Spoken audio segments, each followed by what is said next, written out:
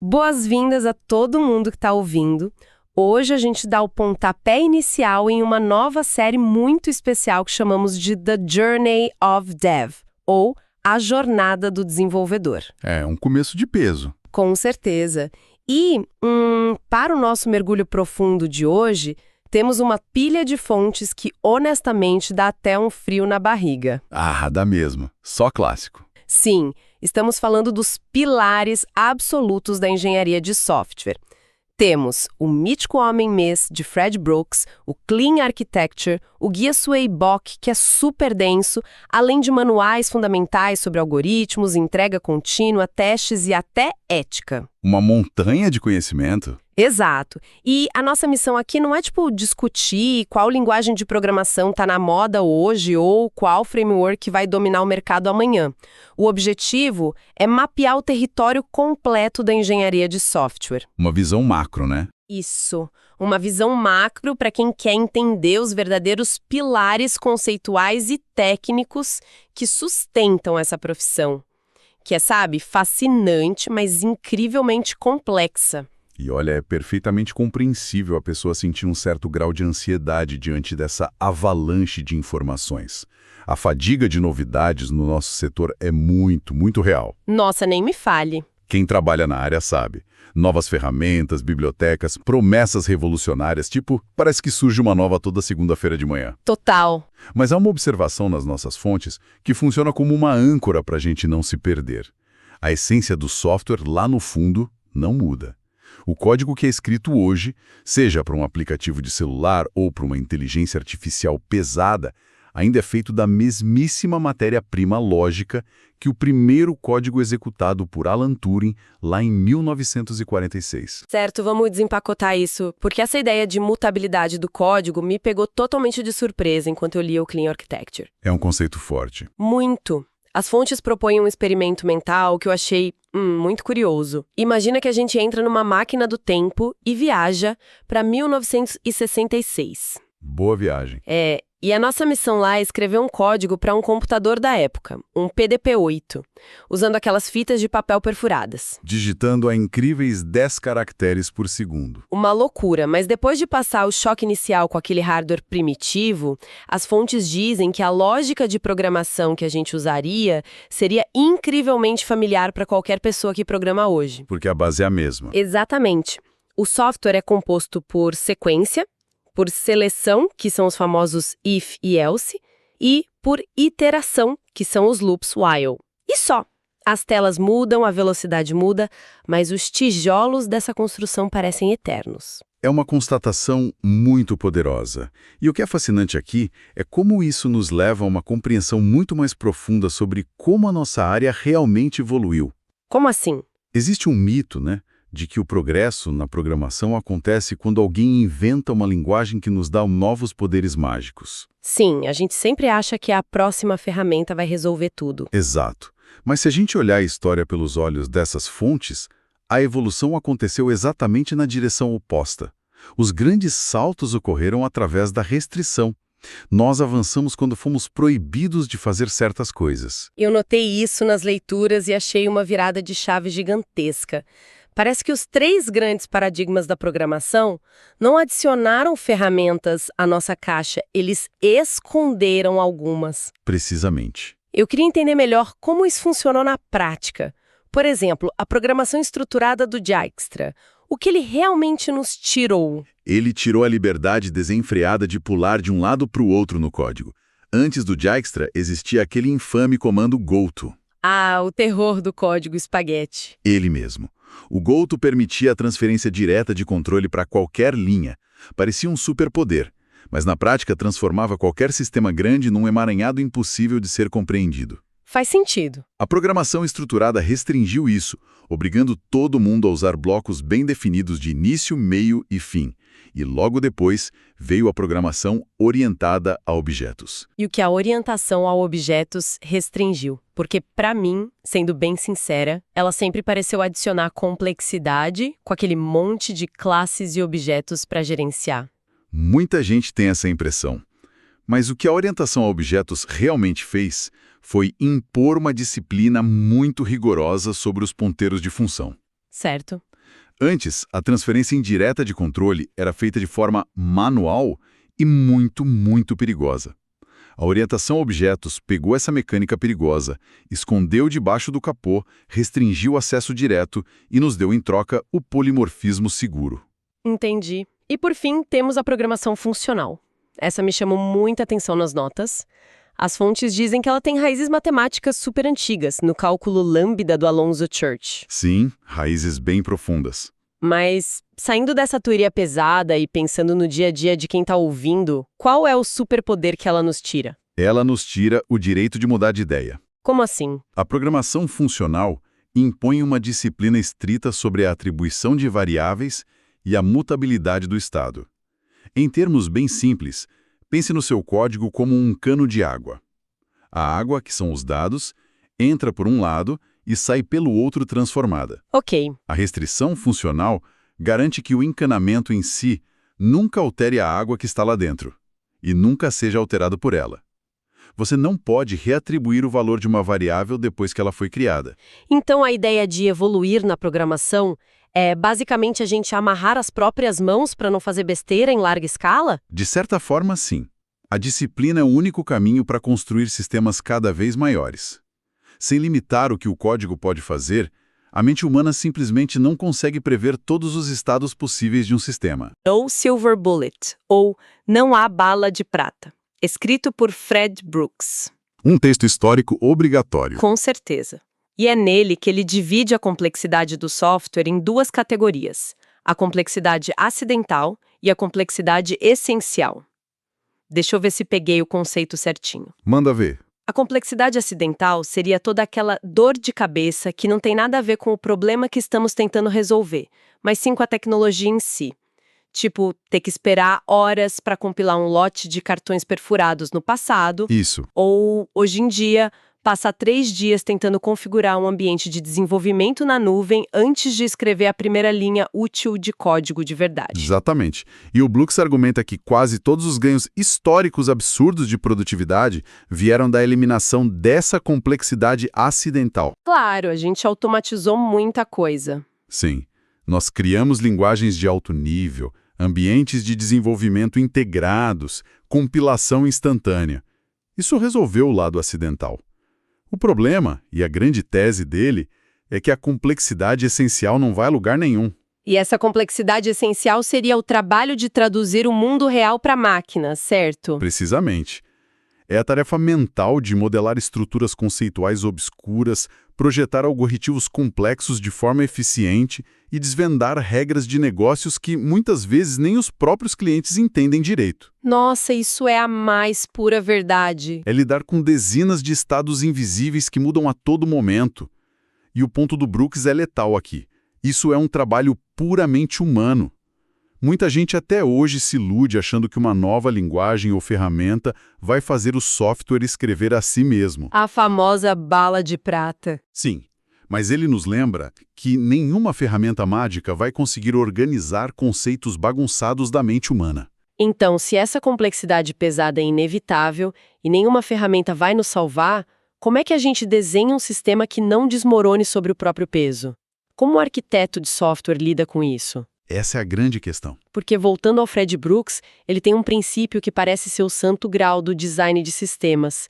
Ele chama de integridade conceitual. Sim, a base de tudo para ele. Segundo ele, essa é a consideração absoluta mais importante.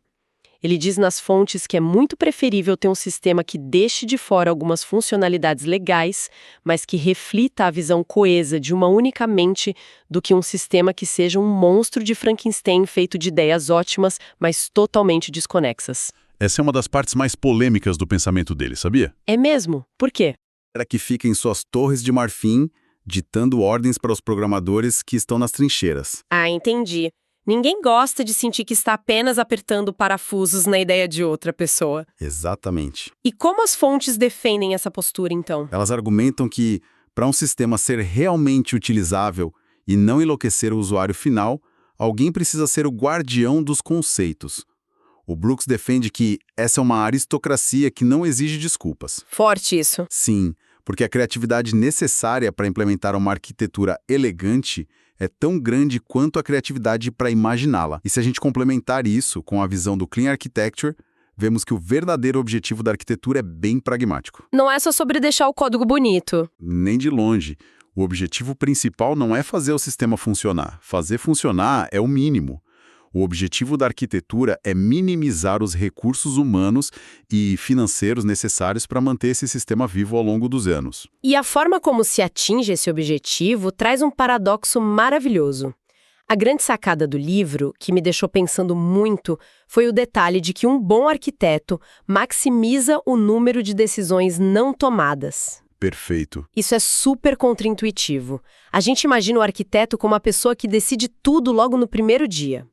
Mas a arquitetura de alto nível, que é o coração das regras de negócios, simplesmente não deve se importar se o banco de dados vai ser relacional ou em nuvem, ou se a interface do usuário vai ser web ou um aplicativo de celular. Retardar essas decisões sobre detalhes de infraestrutura pelo maior tempo possível é o que garante a flexibilidade do sistema. Faz todo sentido. O problema é que, na vida real, a estrutura das equipes frequentemente sabota essa arquitetura flexível.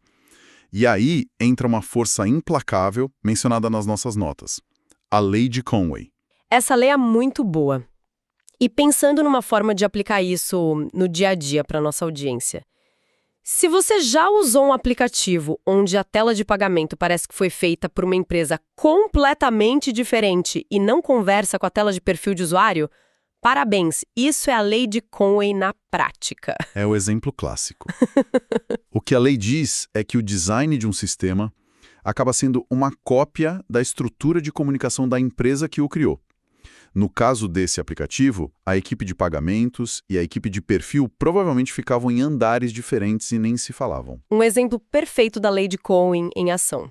E o grande erro que a indústria comete é tentar resolver esses gargalos de comunicação apenas com mais software ou com integrações super complexas, quando o problema é humano. Exato. Se uma empresa quer construir um sistema com componentes bem isolados e modulares, que possam ser desenvolvidos de forma independente sem quebrar tudo, ela precisa, primeiro, organizar as suas equipes de forma modular e independente.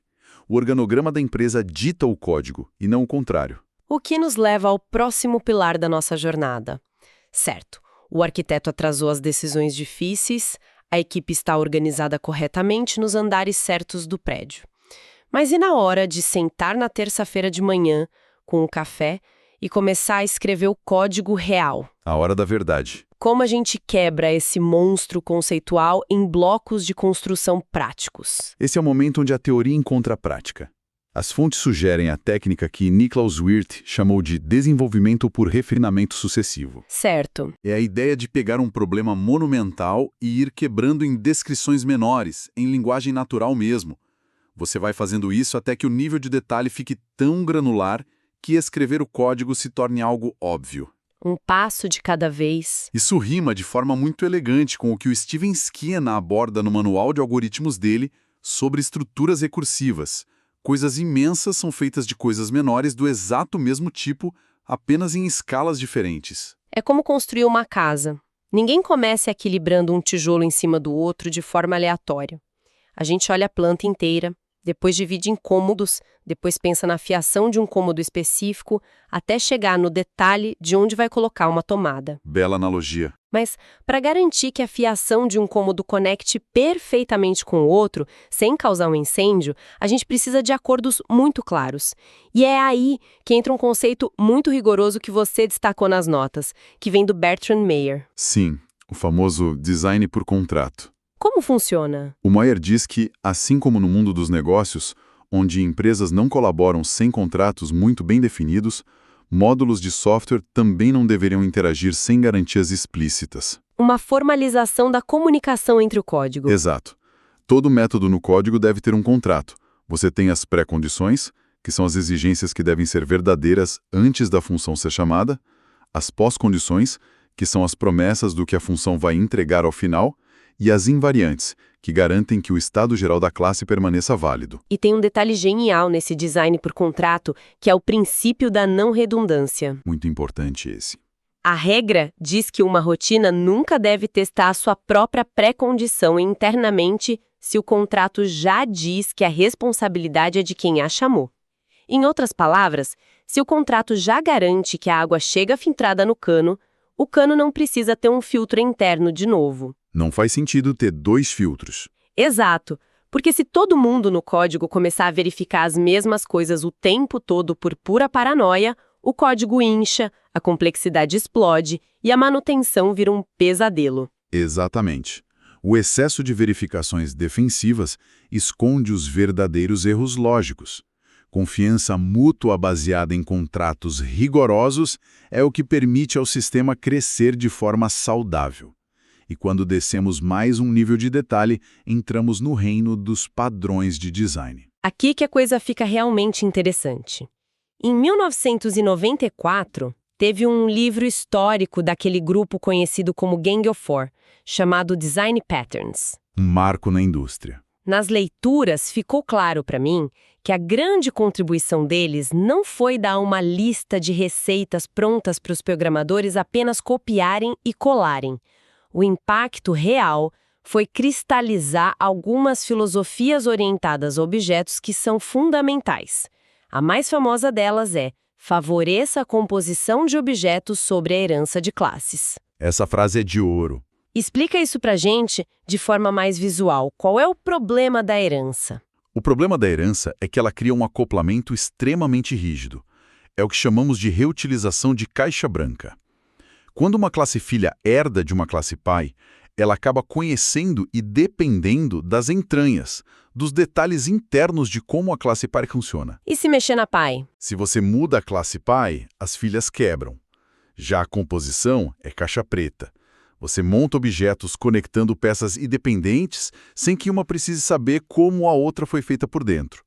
Pense na construção de um personagem em um videogame. Boa. Como funcionaria? Se você usar herança, você teria uma árvore genealógica rígida. Um guerreiro mágico que voa, herdaria de mago, que herdaria de humano. É muito engessado. Se o designer do jogo quiser criar um vilão que também voa, a estrutura toda quebra ou fica redundante. Entendi. Mas, se você usar composição, você tem um personagem base vazio e simplesmente equipa nele o componente de magia e o componente de voo. É infinitamente mais flexível e seguro. Essa analogia é perfeita. E ela prepara o terreno maravilhosamente bem para os famosos princípios SOLID, que orientam as estruturas tolerantes a mudanças. Tem 2 deles que brilham muito nas fontes. O SRP e o OCP. Isso. O princípio da responsabilidade única, o SRP, que diz que uma classe deve ter apenas um motivo para mudar. E o genial princípio aberto-fechado, o OCP.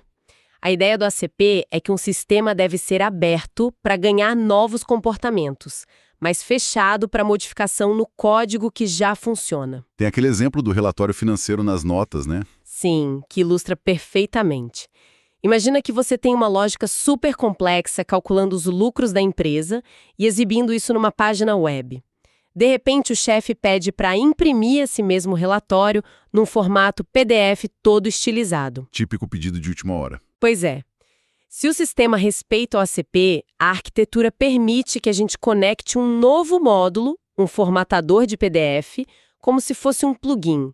A gente adiciona funcionalidades sem tocar em uma única vírgula do código original que faz os cálculos financeiros sensíveis. É elegante demais. É elegante no papel, mas a gente precisa trazer um pouco de realidade para a conversa agora. As nossas fontes também trazem um lado mais crítico sobre isso. Opa, lá vem. Enquanto a orientação a objetos oferece essa flexibilidade incrível através do polimorfismo, onde a gente pode plugar comportamentos em tempo de execução, o livro sobre testes de software levanta uma bandeira vermelha gigante. Qual é o problema? O polimorfismo criou um verdadeiro pesadelo para quem precisa testar o software. Como assim? Eu achei que organizar em objetos isolados facilitava tudo na hora de testar. Facilita a modelagem, mas dificulta muito a verificação. Pensa comigo. Se uma função recebe um objeto genérico e graças ao polimorfismo esse objeto pode assumir 20 formas diferentes durante a execução do programa, como você escreve um teste unitário que garanta que a função vai agir corretamente em todas as 20 situações? Nossa, é verdade. Você teria que prever todas as permutações. A complexidade dos testes cresce exponencialmente. Esse é o imposto invisível que pagamos pelas abstrações avançadas que o Solid e os padrões promovem. E já que tocamos na questão do imposto e da vida real, acho que precisamos mudar um pouco o tom agora e falar sobre a realidade das trincheiras. Vamos lá. Toda essa teoria de Brooks, Meyer e Solid é fantástica, mas no mundo real, a gente tem o gerente do projeto cobrando a entrega para sexta-feira. A pressão de sempre. Como a gente equilibra toda essa arquitetura perfeita, esses contratos lindos, com a pressão implacável do mercado? O livro Just Enough Software Architecture entra exatamente nesse ponto de dor. Ele introduz o que chama de abordagem baseada em risco. O desenvolvimento moderno não pode ser um planejamento monumental e inflexível feito meses antes de qualquer linha de código ser digitada. Os teus requisitos mudam na semana seguinte. Exato. Mas também não pode ser um caos onde as pessoas saem digitando e torcem para uma arquitetura surgir por acidente. A bússola aqui é o risco. Então a gente planeja apenas o suficiente para não bater no iceberg. Basicamente isso. A recomendação é guiar o esforço de design mapeando as maiores incertezas técnicas do projeto. A equipe desenha a arquitetura e modela o sistema até o ponto exato em que os grandes riscos tenham diminuído o suficiente para permitir que a codificação comece com segurança. Entendi. E claro, as fontes reconhecem que no calor da batalha, com os prazos apertando, o código vai, inevitavelmente, começar a se distanciar daquele design idealizado no quadro branco. Aí chegamos nela, a temida dívida técnica. Achei esse termo perfeito. É o terror das equipes. Quando a gente faz uma gambiarra ou corta um caminho no design para entregar rápido, a gente pega um empréstimo. E esse empréstimo cobra juros brutais na forma de dificuldade de manutenção no futuro. Juros compostos ainda por cima. Se a gente não parar para pagar a dívida através da refatoração contínua do código, o sistema inteiro vira o que os acadêmicos ironicamente chamam de uma grande bola de lama. Big Ball of Mud. É um padrão de antipadrão. E a única forma de refatorar e limpar o código constantemente, sem o medo paralisante de quebrar o sistema inteiro, é tendo uma rede de segurança automatizada. O que nos introduz a um dos domínios mais cruciais da engenharia contemporânea, que é detalhado por Jez Humble e David Farley no livro Continuous Delivery, a entrega contínua. Fundamental hoje em dia. A automação deixou de ser um luxo e virou pré-requisito absoluto. É impensável sustentar a velocidade exigida pelo mercado sem um pipeline de implantação robusto. Automação de ponta a ponta. Sim, estamos falando de automatizar todo o ciclo. Desde a integração do código que diferentes desenvolvedores acabaram de escrever, passando por baterias de testes rigorosos, até o próprio deployment, a entrega em produção. Essa parte me deixou muito impressionada. O objetivo da entrega contínua não é apenas ir mais rápido, mas sim mudar a cultura da empresa. Uma mudança de mentalidade, né? Sim. Eles querem transformar a entrega de software, que antes era aquele evento aterrorizante no fim de semana, com a equipe inteira na base da pizza e do pânico, cruzando os dedos para o servidor não cair, em um processo rotineiro. Algo completamente sem graça. Exato. Algo tão tedioso e seguro que a equipe pode apertar o botão de lançar uma nova versão numa terça-feira à tarde, sem que o usuário final perceba qualquer interrupção. É sair do pânico para o tédio, no melhor sentido possível. Essa mitigação extrema de riscos é o que define uma engenharia de excelência hoje. Mas a gente precisa fazer uma pausa reflexiva muito importante aqui. Claro. Porque automatizar pipelines e refatorar classes são ações profundamente técnicas. No entanto, o nosso guia SWBOC, que mapeia todo o corpo de conhecimento da nossa profissão, lista impressionantes 18 áreas de conhecimento. Ser um desenvolvedor de software abrange muito mais do que apenas a máquina. Com certeza. Tem um capítulo sobre ética e responsabilidade profissional nas fontes que muda totalmente a perspectiva da coisa. É um choque de realidade. Muito direta. Se conectarmos isso ao quadro geral da sociedade que estamos construindo, o peso é incomensurável. O código de ética e prática profissional da nossa área é muito claro e não deixa margem para interpretação. O engenheiro de software deve colocar o interesse público acima de absolutamente tudo. Acima de lucros, de prazos? Sim, um bug não é mais apenas um erro numa tela. Ele pode significar o colapso de um serviço bancário para milhares de famílias.